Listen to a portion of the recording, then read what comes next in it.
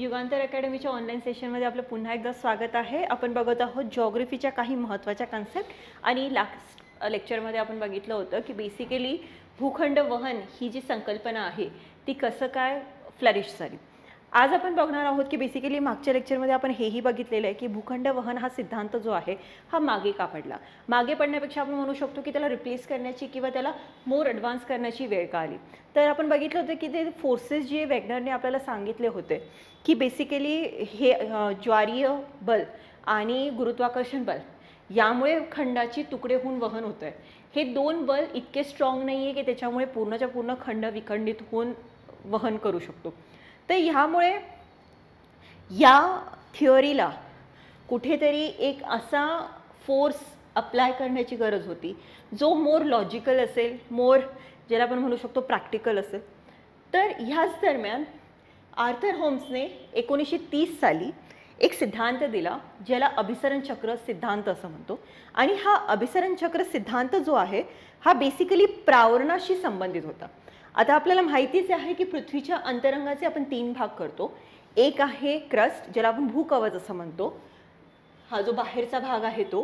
त्यानंतर आहे मॅन्टल आणि त्यानं आहे कोर ज्याला आपण गाभा म्हणून म्हणतो. आता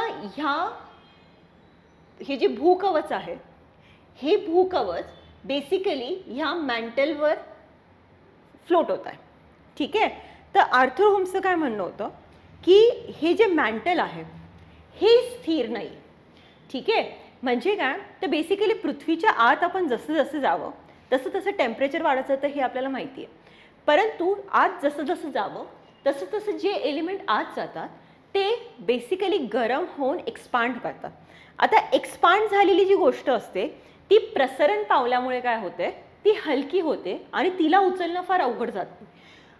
हलकी झालेली वस्तू पुन्हा टेम्परेचर बाहेर जात असताना कमी होत गेल्याने अगेन कठीण बनते किंवा जड होते, कंप्रेस होते आणि ती जड होऊन पुन्हा खाली येते. अशा पद्धतीने एक सेल जो आहे हा पृथ्वीच्या मॅन्टलमध्ये किंवा प्रावरणामध्ये तयार होत असतो.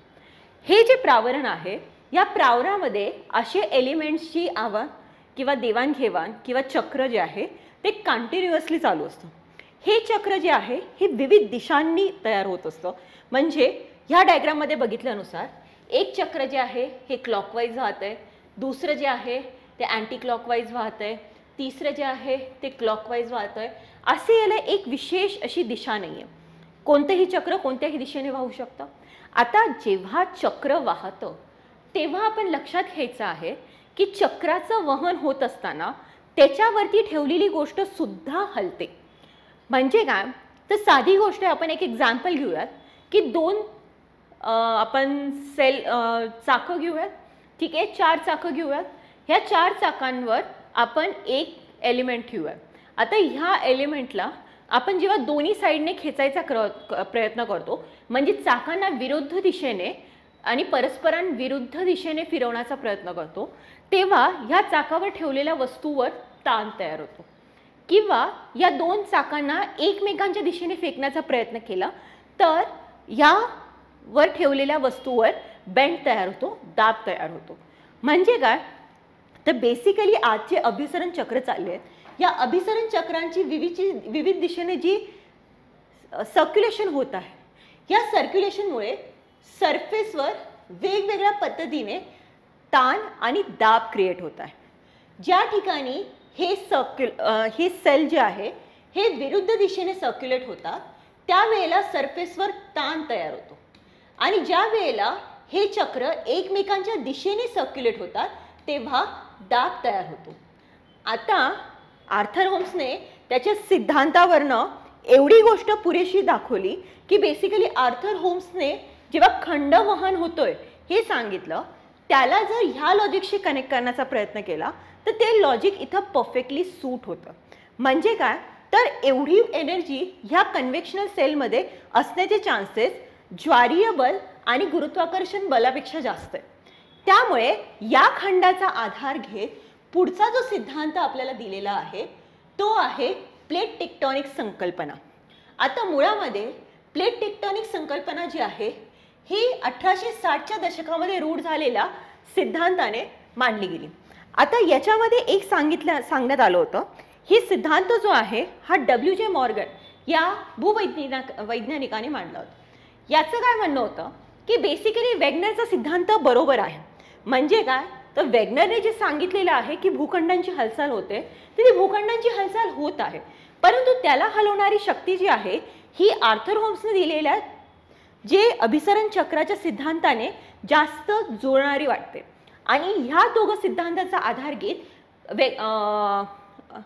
WJ मॉर्गनने एक प्लेट टेक्टॉनिक किंवा भूपट्ट विवर्तनी सिद्धांत जो आहे तो मांडला. आता हा जो सिद्धांत आहे हा आजच्या परिस्थितीला अत्यंत सुटेबल असा आहे. म्हणजे काय, जर लॉजिकली बघायला गेलं तर पृथ्वीवरती होणारी प्रत्येक हालचाल ही ह्याच पद्धतीच्या हालचालीचं द्योतक आहे. म्हणजे काय तर आपण बेसिकली बघूयात की या हालचाली या नक्की कशा होतात. आता भूखंड हालचाल जेव्हा आपल्याला वेगनरने सांगितली होती तेव्हा वेगनरने स्पेसिफिकली सांगितलं की खंडांची हालचाल होत आहे, महासागर स्थिर आहे. परंतु आपल्याला मॉर्गनने सांगितलं की फक्त खंड नाही तर महासागरही हलत आहे. आणि महासागरांची जी हालचाल आहे ही महासागर आणि खंडांची हालचाल यातून वेगवेगळ्या स्वरूपाची भूरूपे जी आहे ही पृथ्वी तलावर बनत आहे. आता बेसिकली लक्षाला घ्यायला गेलं तर ही जी रिंग ऑफ फायरची प्लेट तुम्हाला दिसते आहे हिला आपण पॅसिफिक प्लेट असं म्हणतो. पॅसिफिक प्लेट ही जगातील सर्वात मोठा भूपट्ट आहे. आणि जर म्हणायला गेलं तर तुम्ही ही गोष्ट लक्षात घेऊ शकतात की बेसिकली ही प्लेट जी आहे हिच्या चारही बाजूंना आणि बेसिकली म्हणायला गेलं तर 3 बाजूंना अगदी ठळकपणे तुम्हाला हे रेड डॉट आणि ऑरेंज स्लिप्स दिसतात. आता ह्या ज्या स्लिप्स आणि ऑरेंज डॉट आहे ह्या डॉट कसल्या द्योतक आहे तर basically these are representing the volcanic activity and convectional movement of plate. म्हणजे काय तर हा पूर्ण पॅसिफिकचा प्लेट जो आहे हा खंडांच्या खाली दाबला जात आहे. आणि खंडांच्या खाली दाबला जात असल्यामुळे काय होतं की बेसिकली एक प्लेट जेव्हा दुसऱ्या प्लेटच्या खाली जाते तेव्हा ह्या प्लेटच्या खाली जाण्यातून ही प्लेट आतमध्ये मॅन्टलमध्ये जाऊन वितळते. वितळलेली प्लेट जी आहे ही जेव्हा दूध उकळतो तेव्हा दूध उकळल्यानंतर जसं ते वर येतं त्या पद्धतीने प्लेटचं मेल्ट झालेलं जे मटेरियल आहे ते वितळून वरच्या दिशेने फेकलं जातं. आणि या वरच्या दिशेने फेकल्या जाण्यातूनच या पट्ट्यामध्ये तुम्हाला भरपूर असे ज्वालामुखी जे आहे ते बघायला मिळतात. आता लक्षात घ्यायचं आहे इकडे की जे सक्रिय ज्वालामुखी आणि त्यातही एक्सप्लोसिव्ह टाईप म्हणजे काय तर स्फोटीय ज्वालामुखी जे असतात हे स्फोटीय ज्वालामुखी तुम्हाला बऱ्याचदा जिथं कन्व्हेक्शन सेल किंवा विध्वंसक भूपट्ट हालचाल होते अशा ठिकाणी सर्वात जास्त दिसायला लागतात. आता विध्वंसक भूपट्ट हालचाल म्हणजे नक्की काय आहे तर पहिली गोष्ट आपण बघणार आहोत ते म्हणजे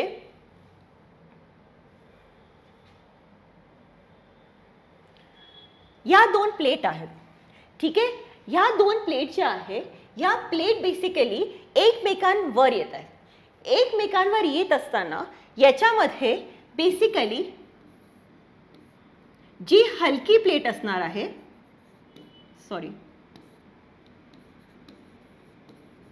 हलकी प्लेट असणार आहे ती वर जाऊन तिच्या खाली जी जड प्लेट आहे ती सरकणार. जेव्हा जड प्लेट याच्या खाली सरकते तेव्हा आतमध्ये जाऊन ही वितळते. वितळलेली प्लेट जी आहे ती वरच्या दिशेने सरकते आणि अशा वेळेला वरच्या साईडला तुम्हाला वल्कॅनो तयार होताना दिसतात. आता ज्या ठिकाणी भूपट्ट हालचाल ही कन्व्हर्जंट प्रकाराची आहे अशा प्रत्येक ठिकाणी तुम्हाला ज्वालामुखी बघायला मिळतात का नाही. बेसिकली कन्व्हर्जंट प्लेट बाउंड्री या 3 प्रकारच्या असतात. 3 प्रकारच्या म्हणजे कशा, एक असते जमीन ते जमीन होणारी हालचाल म्हणजे एका जमिनीवरनं दुसरी जमीन एकावर एक येणं ह्या डायग्राममध्ये जसं दाखवलंय तसं. त्यानंतर जमीन ते सागरीय भूपट्ट हालचाल आणि तिसरी आहे सागरीय ते सागरीय भूपट्ट हालचाल. ज्या वेळेला जमीन ते जमीन किंवा जमीन ते सागरीय अशी भूपट्ट हालचाल असते अशा वेळेला बऱ्याचदा भूपट्टाचा जो हाईट असतो तो जास्त असतो. अशा वेळेला जेव्हा भूपट्ट वर उचलला जातो तेव्हा फोल्ड माउंटेन, ज्याला आपण वलीचे पर्वत, थर्स्ट माउंटेन जो फोल्डचाच पुढचा भाग आहे, आणि तिसरं म्हणजे खंडीय पठार तयार होताना दिसते. मात्र जिथं सागर ते सागर सीमा एकत्र येतात अशा वेळेला सागराच्या दोन साईडचा भाग जो आहे हा समुद्राखाली जात असतो. अशा वेळेला तुम्हाला बऱ्याचदा अशा ठिकाणी सागरी गर्ता,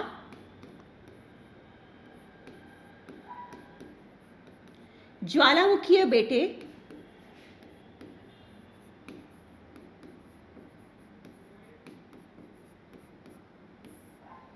बघायला मिळते. याशिवाय एक गोष्ट आणखीन लक्षात घ्यायची आहे की ही ज्या पद्धतीची हालचाल आहे ह्यातून बेसिकली भूकंप कसे तयार होतात. हा जो पट्टा आहे हा सर्वाधिक भूकंप होणारा पट्टा आहे. सर्वात जास्त सुनामींची शक्यता ह्या भागामध्ये असते. याचं कारण असं आहे की प्लेट जेव्हा आतमध्ये घुसते तेव्हा प्लेट आतमध्ये घुसल्यानंतर आपल्यासोबत इतर द्रव्यही घेऊन जात असते. हे द्रव्यांचा तापमानाचा जो ज्याला आपण म्हणतो की तापण्याचा किंवा ज्याला आपण बॉइलिंग पॉइंट म्हणतो, हा बॉइलिंग पॉइंट वेगळा असतो आणि बाकीच्या मटेरियलचा मेल्टिंग पॉइंट वेगळा असतो. यामुळे काय होतं, अशा भागावर जास्त लवकर उसळी येते आणि अशामुळे जमिनीला लवकर हादरे बसण्याचे चान्सेस असतात.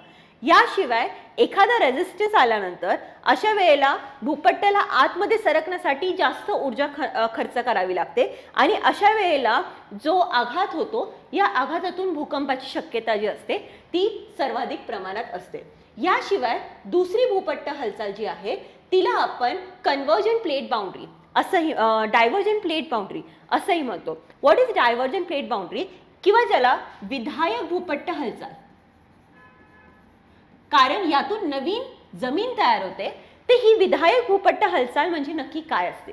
विधायक भूपट्ट हालचाल म्हणजे काय असते, एक फ्लॅट जमीन आहे, या फ्लॅट जमिनीला तडे जातात कारण की दोन अपोजिट साइडच्या करंटने वरच्या जमिनीवर ताण तयार होतो. हा जो ताण असतो तो जमिनीला तोडतो आणि जमिनीला तोडल्यानंतर आतमध्ये जी भेग बनते या भेगेमध्ये रिफ्ट व्हॅली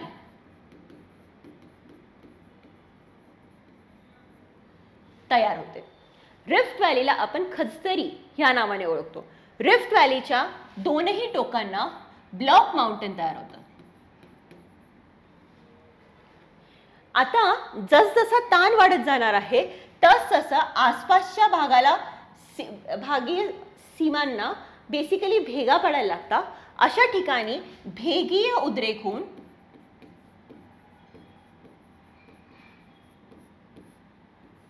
लावा पठार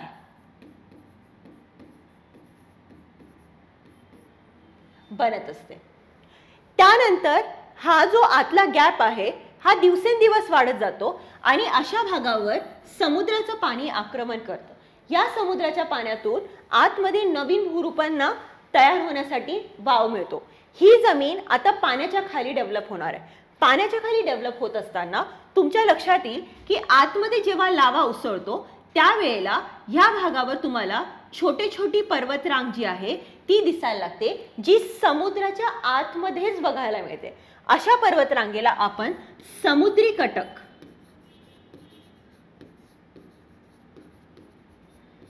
या नावाने ओळखतो. ही जी समुद्री कटक असते ही समुद्री कटक म्हणजे सबमर्ज असलेले सी माउंटेन. याच समुद्री कटकातून भेगीय उद्रेकातून लावा सातत्याने बाहेर येत राहतो आणि ह्यातून नवीन जमीन जी आहे समुद्राची ती बनत जाते. याला आपण सागर तळ विस्तारण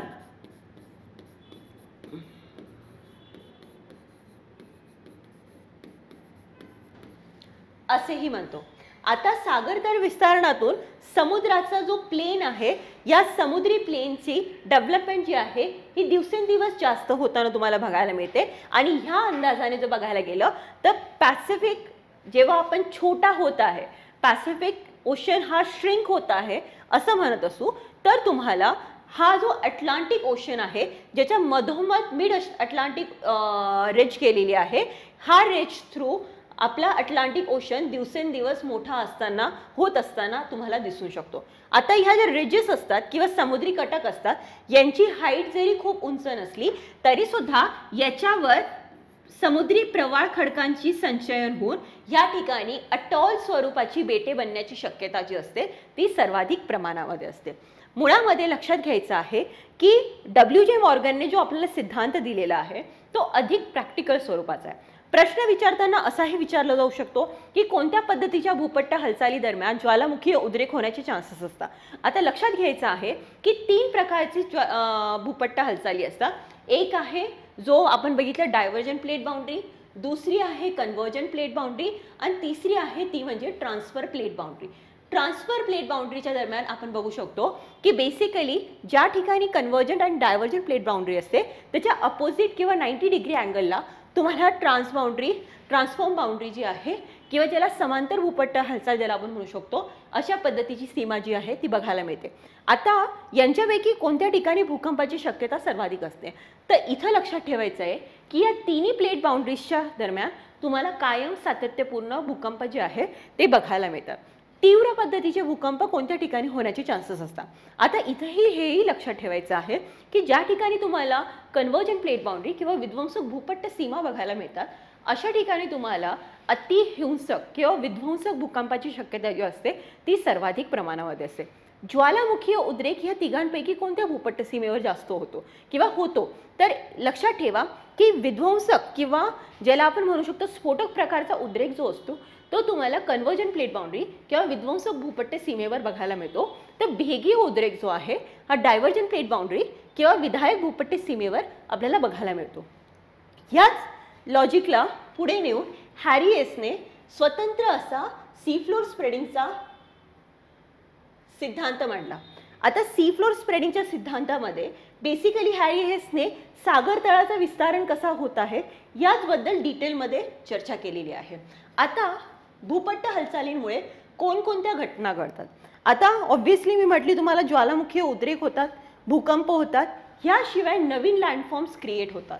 एखादा लँडफॉर्म खराब होतं किंवा संपतं कारण की विध्वंसक भूपट्ट हालचालीमध्ये आपण तेच बघत आहोत की एक पूर्णच्या पूर्ण प्लेट दुसऱ्या प्लेटद्वारे गिळंकृत केली जात आहे.